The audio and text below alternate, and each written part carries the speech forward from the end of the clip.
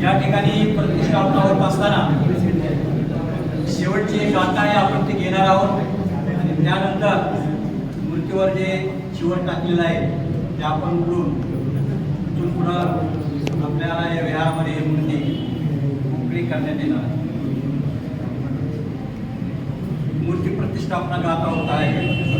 ईदं बुद्धं बिंबे सभ्ये देवं मनुष्य ही पूजन्तो ईसस्मि विहारे प्रतिष्ठापयामि ईदं पूयं बोधि यानं पटिलाभाय सौवतन्तं साधु साधु साधु.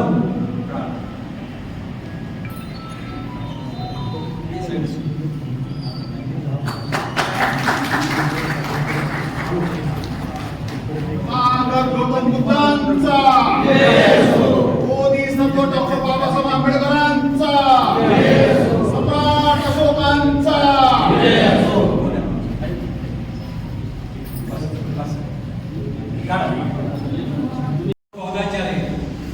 सर्व श्रावणे यांनी ते पुढे बसायचं आहे. पासून शेवटपर्यंत या विधीला सुरुवात होईल. त्याच्यामध्ये मूर्ती प्रतिष्ठापनेची एक विधी आहे, सगळ्यात शेवटी ठेवायची. तुम्ही घ्यायचं नाही, तुम्ही सांगितलं त्यावर तुम्ही घ्या.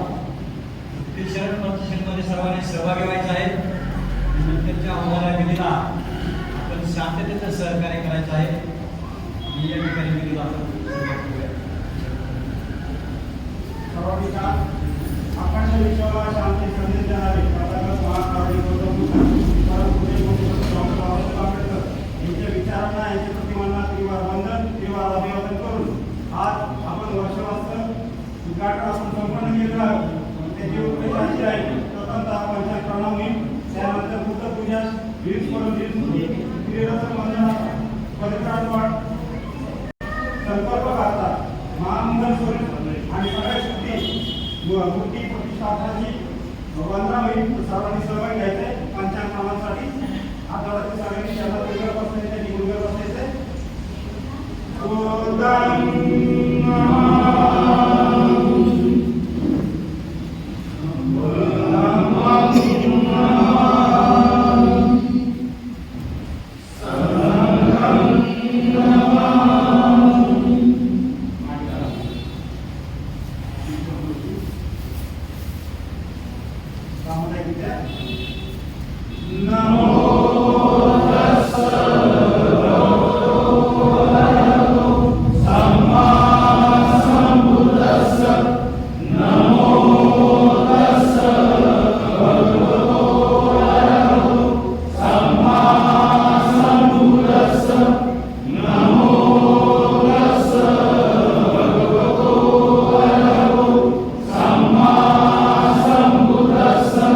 Buddha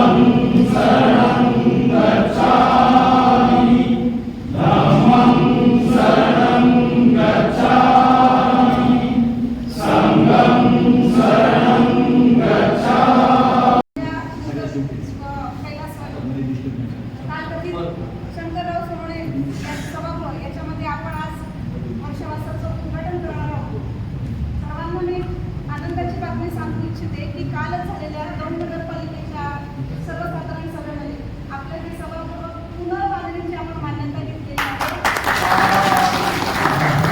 हे सभागृह सध्या 1 हॉल आणि 4 रूम्स आहेत, परंतु भविष्यात 2-3 मजली आपण करण्याचा जवळजवळ 4 मजली करण्याचा आपण प्रस्ताव नगरपालिकेपुढे मांडलेला आहे. जसं की भरघोस निधी आणून समाजासाठी इतकं जास्त धर्मकार्यातून अशा सोयीसुविधा आपण इथे उपलब्ध करून देण्याचा प्रयत्न करत आहोत.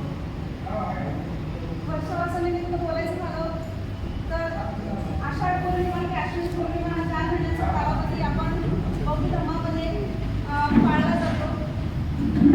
पण उन्हाळ्याच्या काळामध्ये अतिशय जास्त प्रमाणात पावसाचं प्रमाण होतं, खूप जास्त पाऊस पडायचा.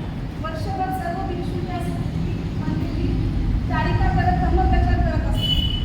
पण ज्यावेळेस पावसाळा सुरू होत असेल त्यावेळेस त्यांना विहाराच्या बाहेर जाऊन फिरणं फार कठीण झालं असेल, आपल्या जनतेपर्यंत पोहोचणं त्यांना शक्य नसेल. पण म्हणून भगवान गौतम बुद्धांनी त्यांना सूचना केली की तुम्ही विहारात राहा, विहारात राहून ब्रह्माचा अभ्यास करा, तिथे लोकांना एकत्रित करा आणि त्यांना पुन्हा प्रचार प्रसाराचं काम करा, जेणेकरून कोणत्याही घटनेचा जीवितहानीचा त्रास होऊ नये किंवा त्यांच्या हातून कुठे किडे वगैरे त्यांच्या पायात आले, त्यांच्याकडून हिंसा कोणत्या प्रकारची होऊ नये यासाठी वर्षावासाचं प्रयोजन केलं होतं.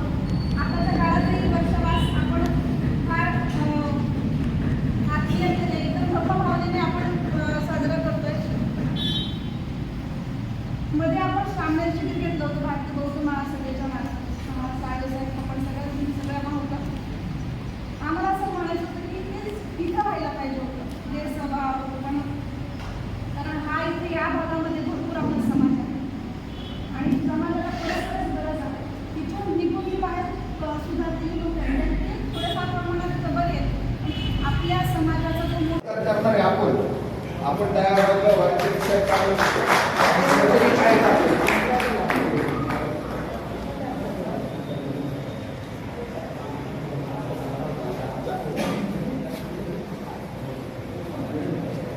त्याचबरोबर या ठिकाणी ज्यांनी आपल्याला तथागत बुद्धांची मूर्ती या ठिकाणी सप्रेम भेट दिलेली आहे असे आमचे शिंदे साहेब यांचं देखील सत्कार या ठिकाणी होतं. आणि मोरे साहेबांना प्रभाकर मोरे आमचे भारतीय बौद्ध महासभेचे संस्कार उपाध्यक्ष आहेत.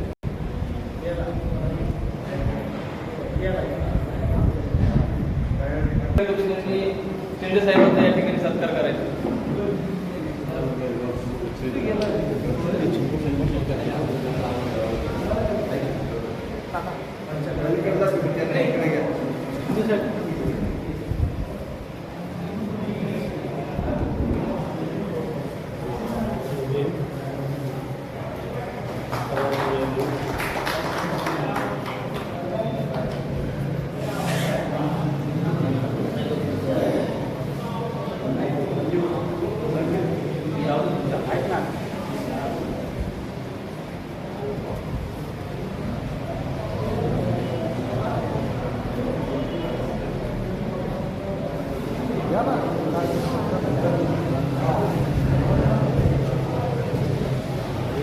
यानंतर दौंड नगरपालिकेचे माजी नगरसेवक आयुष्यमान उत्तमराव सोनवणे हे देखील या ठिकाणी वेळात वेळ काढून आलेले. त्यांचा देखील भारतीय बौद्ध महासभेच्या वतीने या ठिकाणी थोडासा सत्कार घेणार.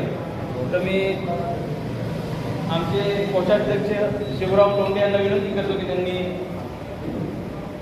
उत्तमराव सोनवणे यांच्या या ठिकाणी सत्कार करा.